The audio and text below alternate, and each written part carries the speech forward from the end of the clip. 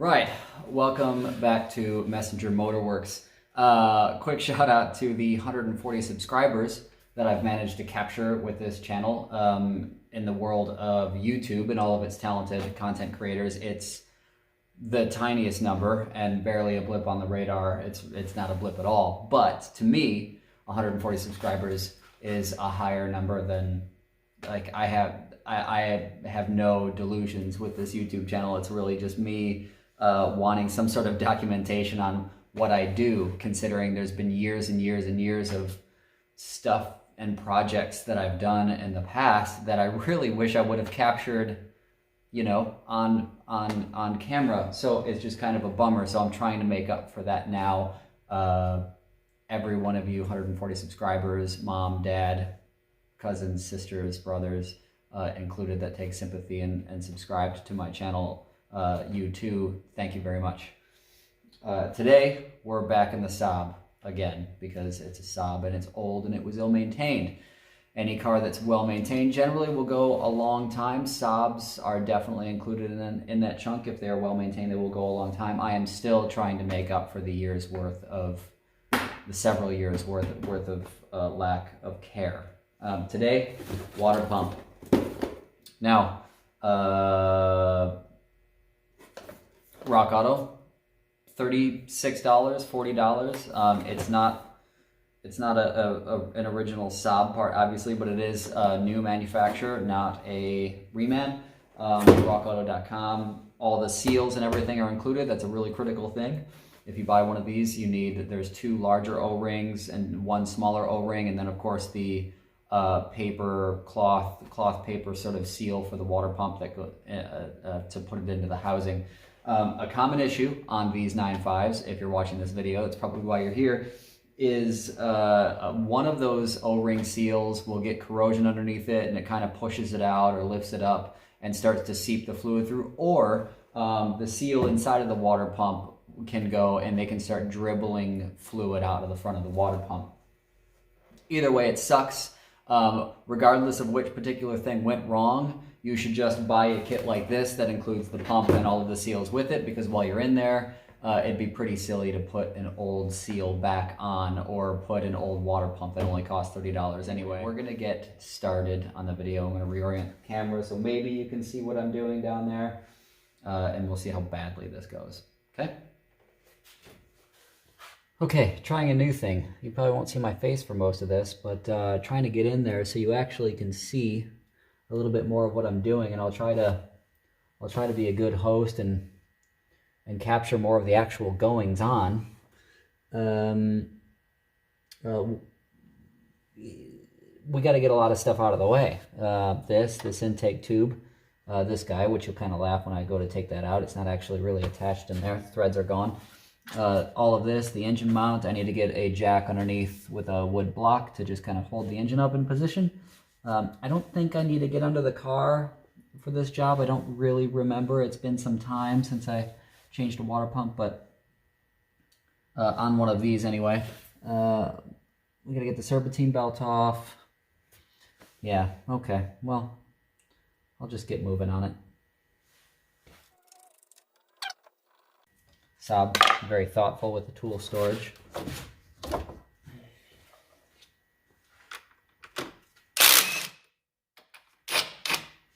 What? Is that a different size?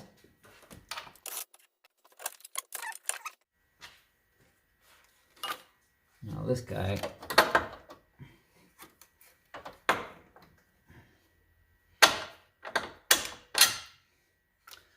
Threads when I bought the car were stripped out of that, which is kind of a shame because I think this is I think that's the big snorkel there that people really seem to like a lot.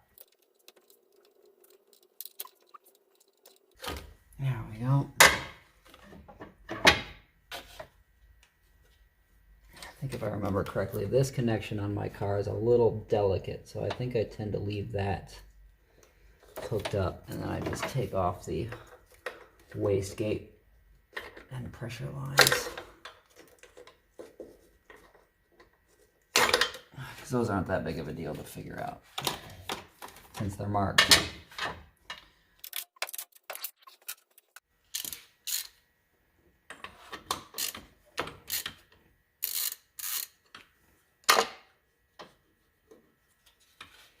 There's a little tiny clip that's holding this thing in.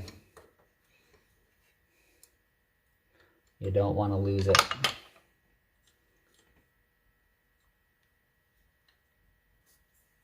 You don't want to lose it.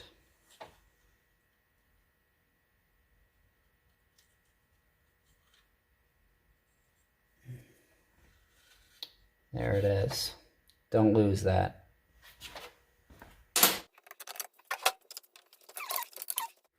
Now I've got to get this clamp. Some genius, and I mean that sincerely, replaced the Torx bolt with a 10mm bolt on this clamp down at the turbo, and that is a great idea. It's just a more reliable way to put a screw in something and get grip on it. So kudos to that guy, whoever that guy was. He replaced that and it worked really well. Any of you who's ever taken off this thing before, you know that it's kind of a pain to get it twisted out of there.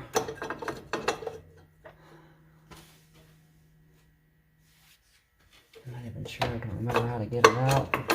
The turbo definitely seems to be in the way. The water pump's in the way, and the wastegate actuator's in the way, and everything's just in the way. I think if this is a standard size one of these little snorkel guys, it lifts right out, but because somebody really wanted the performance benefit, I can't get it out. I suppose what could happen is if we take out the screw over here, we take out that screw there and get one of the feed lines to the water pump moved out of the way, and just kind of do that initially. That wouldn't be all bad. That would get that out of the way. Yeah. All right, Serpentine Belt, Saab B series engine. What you're gonna do is get 2 1/2-inch extensions. Big ones, long ones for those 8-inch. A little longer than 8-inch, you see.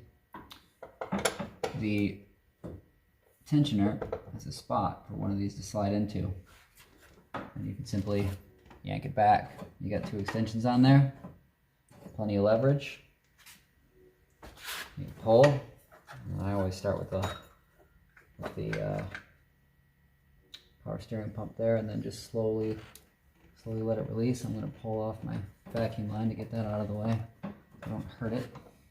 That really kind of means I can just pull this out. Well, power steering pump. I might need to get this guy out of my way. Power steering pump. You can move the pulley into the right position so you can access the bolts. There's one here.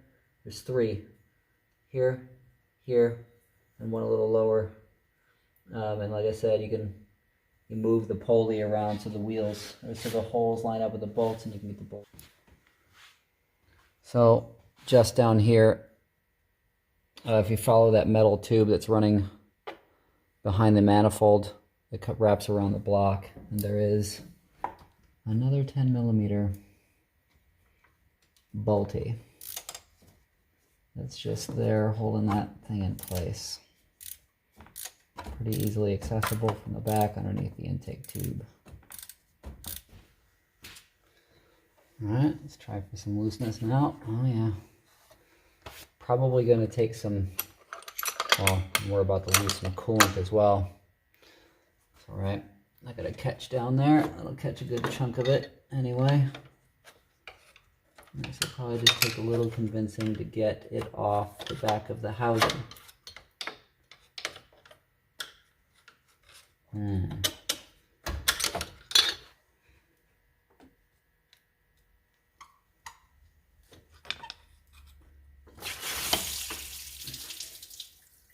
little pressure. All right. A lot of it'll go in that catch down there.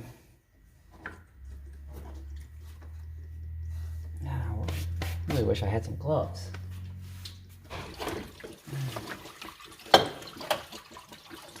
That's all of my brand new coolant going all over the ground.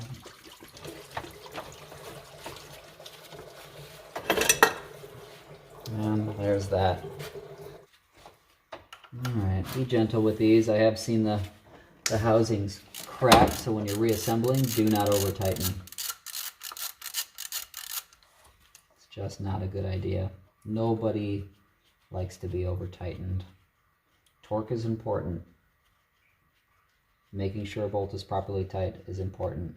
Having a bolt be over tightened and cracking a housing or stripping some threads really kind of brings a lot of things past the point of no return. Get rid of this guy.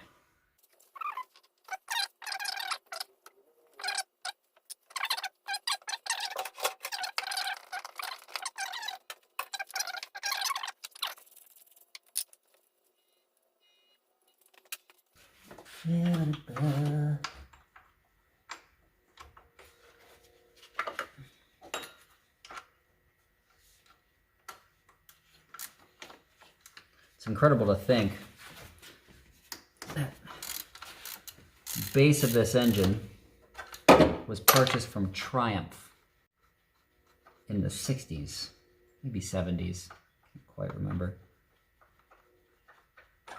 And then Saab took it upon themselves to modify it and modernize it. And the general configuration that this engine is in, Saab solidified with the Saab 9000 in the 80s. In the 80s, this engine reached this general configuration. There was improvements to the intake, and obviously turbos changed and engine management changed, but the general base configuration, and the bore sizes and the stroke, and this bracket, this pump, generally was mounted the same way in 2002 as it was in 1988. And that is just staggering. And it was mounted this way, and this configuration went all the way until 2009. When you consider the longevity, the sheer longevity of this power plant, this platform, just staggering. Really, it lasted longer than it should have, but Saab just didn't have the money to re-engineer. So it speaks to their lack of money, but it also speaks to the sheer talent that their engineering team had, especially in the late 80s. Saab was really in their prime, and they were pushing the envelope forward pretty considerably. It's a shame that it all kind of fell by the wayside, but really, really pretty cool and pretty impressive. So what I want to do is not disconnect these power steering lines. So I can move that quite a long ways out of the way, and we're just going to try to work around this power steering pump and see how far we can get without actually disconnecting the lines. Nobody wants to disconnect the lines.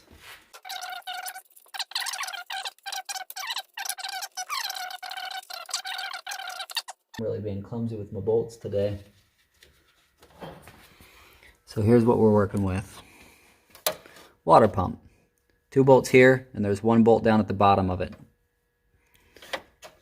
Got a hose connection here, and a hose connection here, and then down here, let's see if I can get some light to it.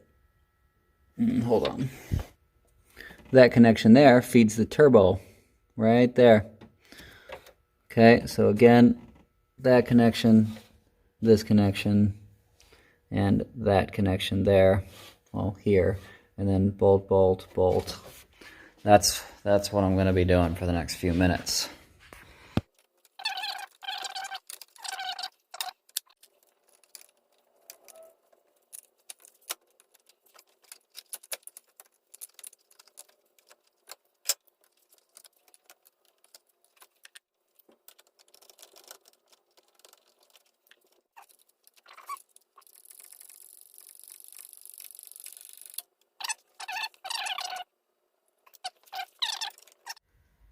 Critical component. Banjo bolt washers, crush washers. I'll probably throw some new ones because I'm pretty sure I have some. If you're in a pinch, you probably don't have to replace them. You probably should. This is one of those things that it's best practice to replace them. You don't want to have to take this back apart. That said, I have reused many a crush washer and had no problems. But you know, that is your own risk to take.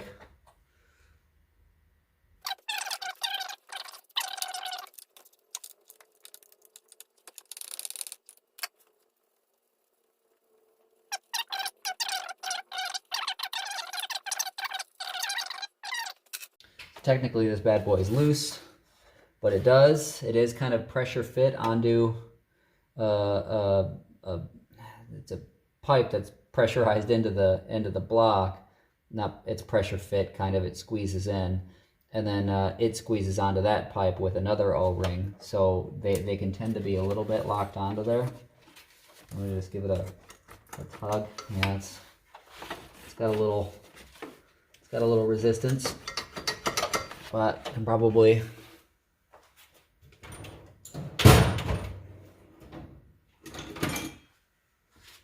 go for some leverage here between the block and the pump. And kind of, there it is.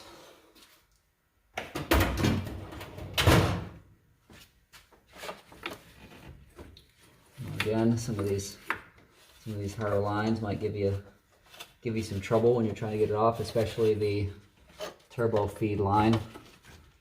You can kind of push it down and then lift it out of here. Generally not too much trouble.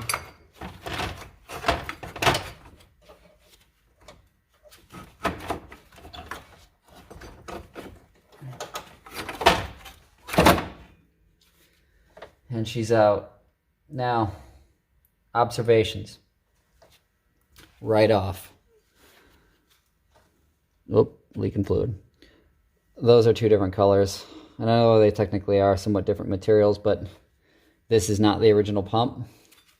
And those are most certainly not the original bolts. So this has been fiddled with before. This may be the car's second water pump. Don't care, changing it, 100% going to change it. Looking at the rubber grommets. The small one.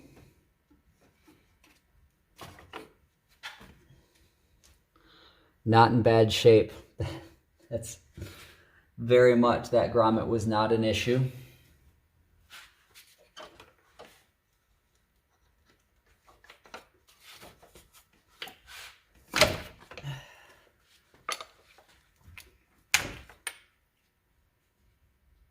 So what we're dealing with here, this goes into the block like this. So we got some corrosion and stuff here, but this inner seal kind of had some stuff on it. The outer seal, it kind of seems maybe they replaced when they replaced the pump, but they didn't bother pulling this out to replace this inner ring. We're going to go about replacing both of those, cleaning this up, and I'm going to try to get in here into the block, and without pushing debris inside of the engine, I'm going to try to just kind of clear that general area out to get rid of any corrosion that may have been pushing the seal up and letting the coolant flow out. Again, it was a trickle, but it was enough to where I was running low on coolant every other couple of days, just having that go low and flick the light on, and I was seeing a trickle on my oil pan and smelling it, of course. So whatever leak it wasn't that bad. So yeah, it's time to kind of go about cleaning everything up and then change the water pump. And it could be the seal that's just between the water pump and that, but because everything's so wet now, you know, it's hard to tell what was there before. It's impossible to tell. All right, here we got the old pump. This part, obviously, you're reusing. It's a housing. We're going to do a little bit of extra cleanup once we get this old water pump off.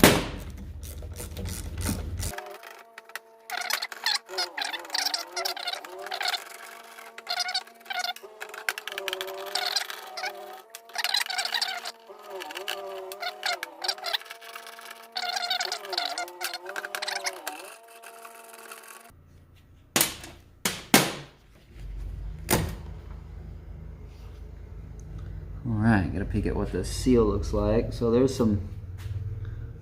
actually some rather frayed parts of that seal. Now, whether or not that just happened after I took the compression off and yanked this, but even a bit of the seal kind of remained on there and on there. That's a little unusual. Well, it's not unusual. Let me rephrase. Not unusual at all. But if this was a pump that was replaced in the last 5 or 6 years, it's a little early. So potentially maybe they didn't change the seal when they changed the pump. Hear that? This pump's front seal has a noise.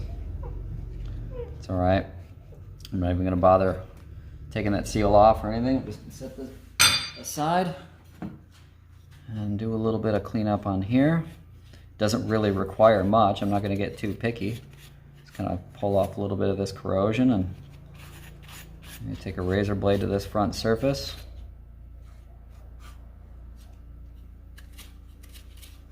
And put the new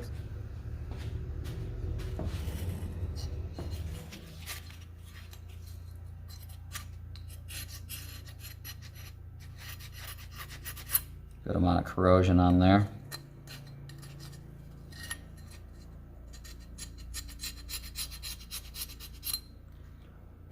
So it's possible the leak came from this union.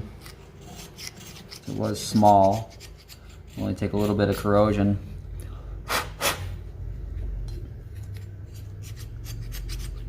To let water by. Water will find a way, if there is one. It will get out.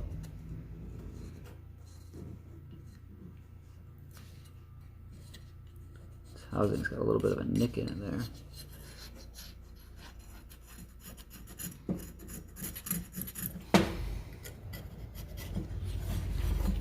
You want to make sure your razor blade stays flat on this surface if you're doing this way. You don't want to gouge one way or another. You want to keep the pressure even and keep the blade flat.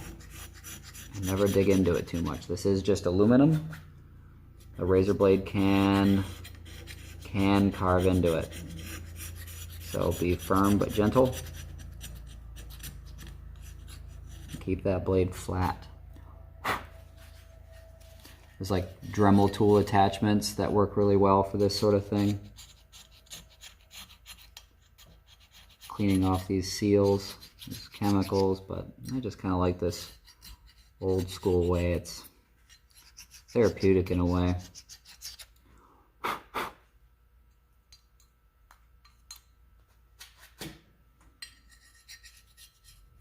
That looks pretty nice.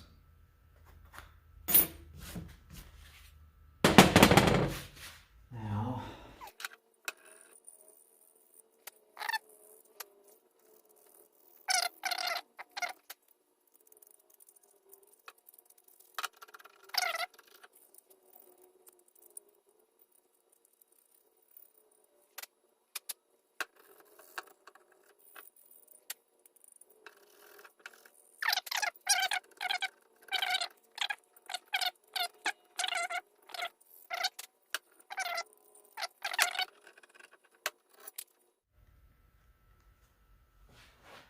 look what's happened.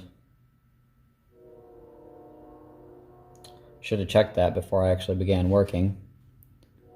My water pump gasket came in 2 pieces. Okay. Ladies and gentlemen,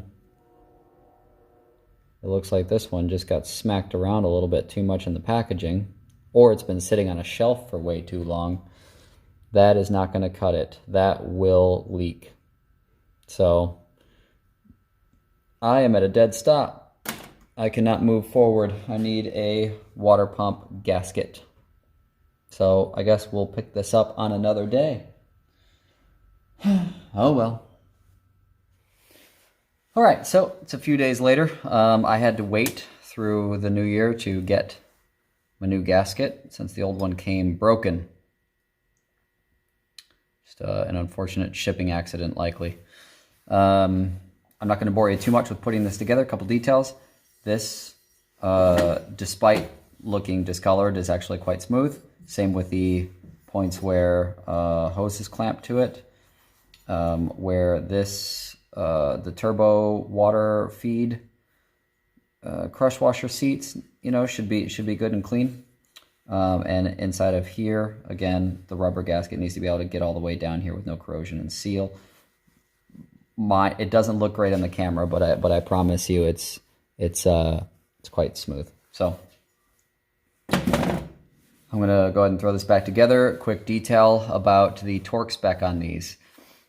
The Saab doesn't actually list a torque spec where you assemble this, but some digging around online, somebody found that a general spec for Saab's bolts, an M6, which is what this is, should be torqued to 7.2 foot-pounds per nut. I'd imagine that could vary down to 6 or vary up to 8. A big part of it is to make sure you have even distribution of pressure when you clamp this thing on. So if you're going to do 8, you do 8. Although really the problem with something this small is over tightening, because 1, this is quite a small bolt with a small head on it. 2, these are threads into an aluminum housing, so they could be pulled through quite easily. You don't want to over tighten. Over tightening is generally the problem with these, not over tightening. So consistent torque around the whole housing, and you know, and close it up. So we're gonna get that done, and you know, get it back in the car.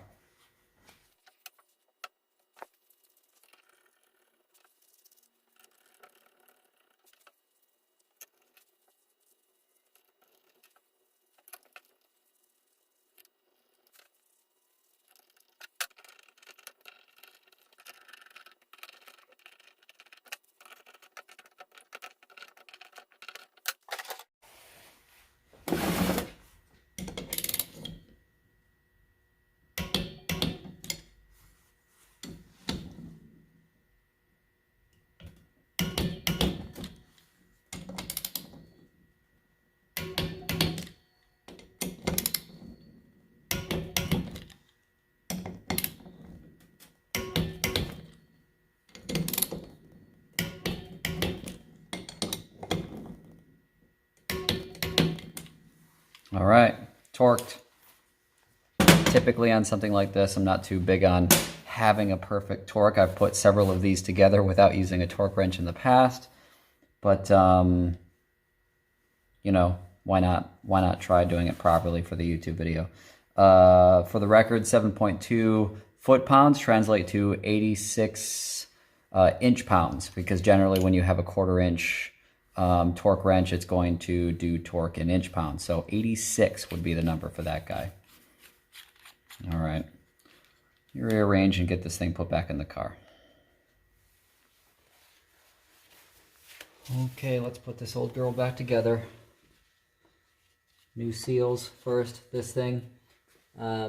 You'll see when you take yours apart that this tab faces the driver's side of the car if you're in the States, or I guess it would be just the left side of the car. The scoop, you know, faces into the engine that way. I guess towards the rear of the engine.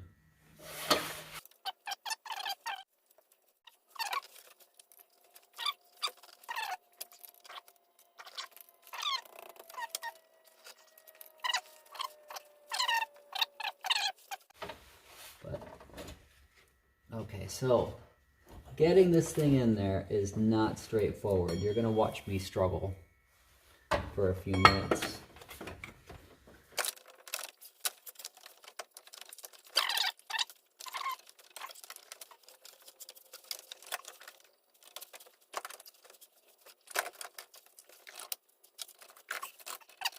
It is now squeezing onto the block. Oops. Here, I'm going to take a look down there.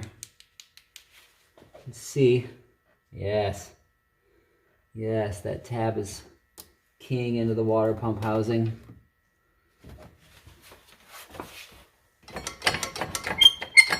And it's squealing up against that. My bolt holes look to be lining up nicely.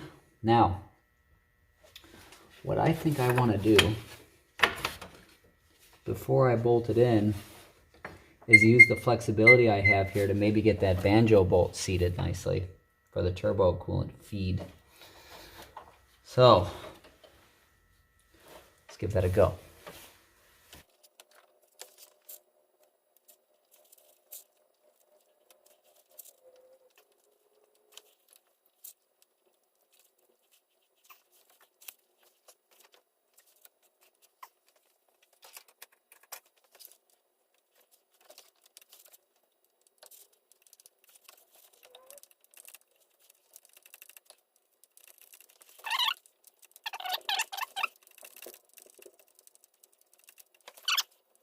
So I'll tighten that up once the housing is bolted to the engine via these 3 bolts here.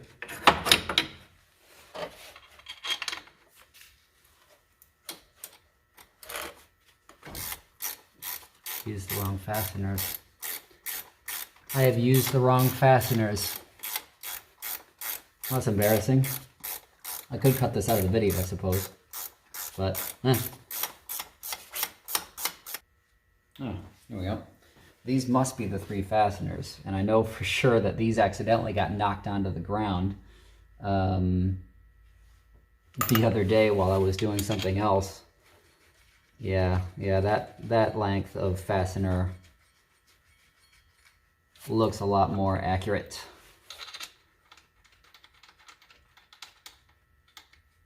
Yeah. That is better. Okay, back on track. Try to swap out that lower one. There. There she is. It's a bolted on water pump. Looks nice. As nice as a dirty old water pump can look.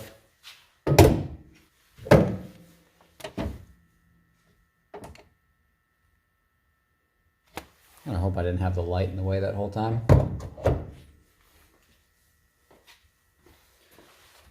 Okay, so we can go about hooking some hoses up. Like this. Gloves off for the delicate work. New O-ring. This guy squeezes into the side of the water pump. Okay.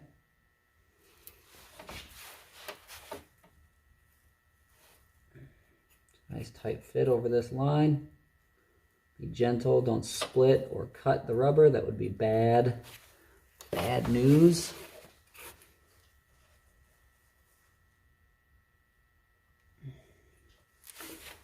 And then pull it down and get it lined up. Now, you just took this apart so you know, but this shape here is curved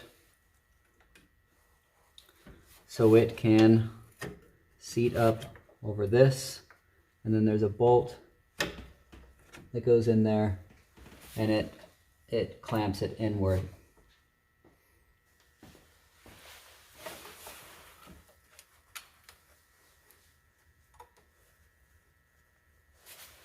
Over torquing in this condition is going to be a critical thing to consider. These 2 plates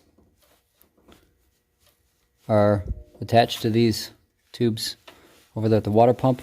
They have a hole, they line up, they screw into the block over there. And again, don't forget the one that's back there that I detailed during the disassembly.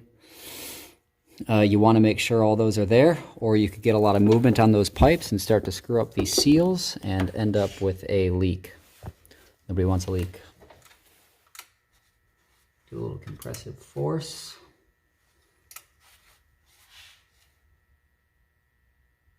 Oh, I just remembered something. We needed these lines off to put the stupid snorkel back on the turbo. This is what happens when I wait days to put something back together. Ladies and gentlemen, that sucks. Learn from my mistakes. Oh, that is depressing. Yeah, this thing is not going to go back in there.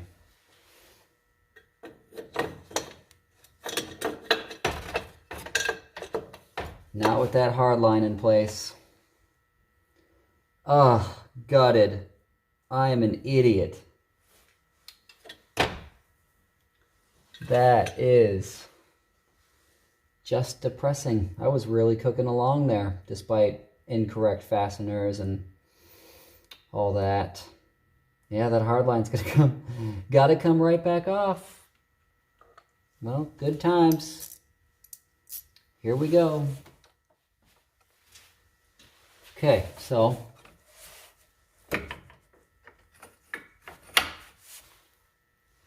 that might get me in there. Let's give it a shot here. And it did. It did get me in there.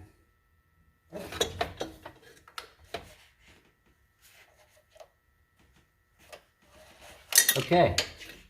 I have undone my mistake. Probably. Right, well, there's a lesson in order of operations and an example of what can happen when you come back to a project a week later after having your fasteners strewn about by something getting knocked over, and how it can be a real pain in the butt. Anyway, water pump changed. Not sure what's next for the Saab, except the flex pipe is now leaking, so I'm getting exhaust fumes into the interior. That sucks. That's got to get done, but I won't be doing that. A nice trusty shop with a talented welder is going to take care of that for me. Otherwise, the Saab is going back on the road for the winter for some period of time, and the Julia is coming back in the garage. Anyway, thanks for watching. If you liked this video at all, please like and subscribe. At least push the like button, smack that like button. It does a lot for me in the algorithm. Thanks.